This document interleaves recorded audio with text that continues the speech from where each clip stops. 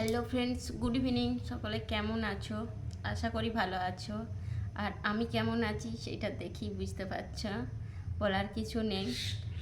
আমি একটা ছবি পোস্ট করেছিলাম, সেখানে অনেকেই কমেন্টস করেছো, দিদিভাই তোমার কি হয়েছে, দিদিভাই কি হয়েছে, কেমন আছো, কি ব্যাপার না ব্যাপার সেটা তোমার জানার জন্য অনেকেই কিন্তু কমেন্টস করেছো। চলো তোমাদের সাথে শেয়ার করি কি হয়েছে।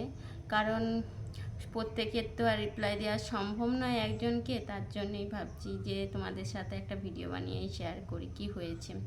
আমার হয়েছে বলতে আজকে রবিবার, এর আগের বৃহস্পতিবার, মানে গেল বৃহস্পতিবার শুক্রবারের আগের বৃহস্পতিবার শুক্রবার দিনে রাত্রেবেলায় হঠাৎ পেটে ব্যথা করছিল।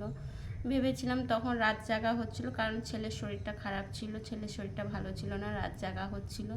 তার জন্য ভেবেছিলাম নর্মাল গ্যাসেতেই হচ্ছে। তারপর দিনে গ্যাসের ওষুধ খেয়েছিলাম, ঠিক হয়ে গিয়েছিলাম। তারপরে একদিন কোনো কিছুই ছিল না, শরীরের সমস্যা। তারপর রবিবার দিনে ছেলেকে যখন ডাক্তার দেখাতে গেছিলাম, তার আগে শনিবার দিনে একটু পেটে যন্ত্রণা করেছিল, তা সেদিনে ছেলেকে দেখিয়েছিলাম, তার কাছ থেকেই দেখিয়ে একটু ওষুধ নিয়েছিলাম। রবিবার দিনটা ঠিক ছিলাম। সোমবার দিনে বিকালবেলায় হঠাৎ করে প্রচুর পেটে যন্ত্রণা হয়, সেদিন আবার হসপিটালে দেখাতে যাই, আমাদের বাড়ির কাছেতেই হসপিটাল, ওইখানে দেখাতে যাই। সেখানে গিয়ে 2টো ইঞ্জেকশান দেয়, ইঞ্জেকশান দেওয়ার পরে শনিবার দিনে সুস্থ ছিলাম, কোনো কিছু সমস্যা ছিল না। আবার শনিবার নয়, সোমবার দিনে দিয়েছে, মঙ্গলবার দিনে সুস্থ ছিলাম। তারপরে বুধবার দিনে জামাই ষষ্ঠী ছিল, সেদিনে সকালবেলাতেও হঠাৎ আবার সেই পেটের যন্ত্রণা দিয়ে সেদিনেও আবার হসপিটালেতেই দেখালাম, কারণ এখানে কোনো সেরকম মেডিসিনের ডক্টর পাচ্ছিলাম না। হসপিটালে দেখানোর সাথে সাথেই হসপিটালে ডাক্তাররা ইউএসজি করতে দিয়ে দেয়, আর এমনি নর্মাল ওষুধ দিয়েছিল। তো সেদিনে একটুখানি, তারপর সকালের পরে কিন্তু একটুখানি বেশ সুস্থ হয়ে গিয়েছিলাম।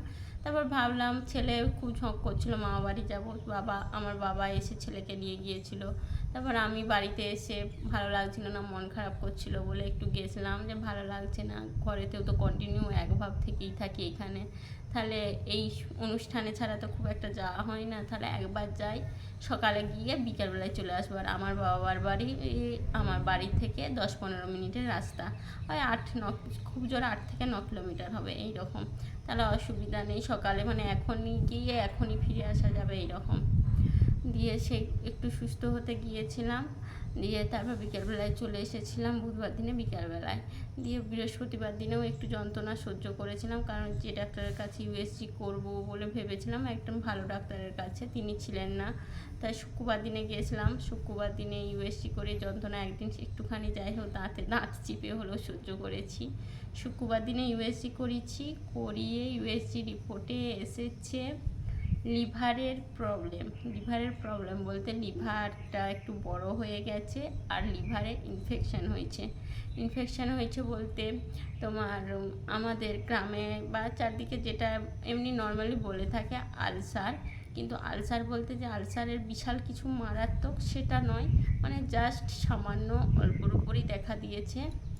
তো ডাক্তারবাবু বললো যে অসুবিধা কিছু নেই। সেদিনে শুক্রবার দিনে এসে হসপিটালে দেখিয়েছি, ওখানেও বললো যে অসুবিধা কিছু নেই। সেদিনে আবার 2টো ইঞ্জেকশান নিয়েছি। তাই শুক্রবার দিনের পর শনিবার মানে কালকে কিন্তু একটু ভালো ছিলাম। আবার কালকে সন্ধ্যাবেলায় হঠাৎ পেটের যন্ত্রণা করে, শনিবারে মেডিসিনের ডক্টর দেখিয়েছি, ওইখানেও বললো যে বিশাল কিছু ভয়ের কিছু নাই, কিন্তু যন্ত্রণাটা এখন সহ্য করতে হবে। সে শনিবার দিনে সন্ধ্যেবেলায় আবার যন্ত্রণা করে বলে সন্ধ্যেবেলায় আবার ডাক্তারবাবুকে ফোন করা হয়, ফোন করে ডাক্তারবাবু আবার ইঞ্জেকশান সাজেস্ট করেন, আবার 2টো ইঞ্জেকশান নিয়ে আসি। আর আজ থেকে মানে রবিবার, সোমবার, মঙ্গলবার 3 দিন এখন কন্টিনিউ আমাকে 2টো করে ইঞ্জেকশান নিতে হবে, 6টা ইঞ্জেকশান, যেগুলো আমাকে শিরার মধ্যে নিতে হবে। তার জন্য আমাকে এই যে চ্যানেল করতে হয়েছে, কারণ এত অলরেডি আমি 6টা ইঞ্জেকশান হাতেতে নিয়েছি আর একটা শিরাতে নিয়েছি, মানে 7টা ইঞ্জেকশান অলরেডি নিয়েছি। এতটা এই পোর্শনগুলো ব্যথা হয়ে গেছে ধারণার বাইরে। তবু এখানেতেও 6টা নিতে হবে, প্লাস আবার যন্ত্রণা করলে আবার এখন 2টো নিতে হবে, মানে এতটা যন্ত্রণা।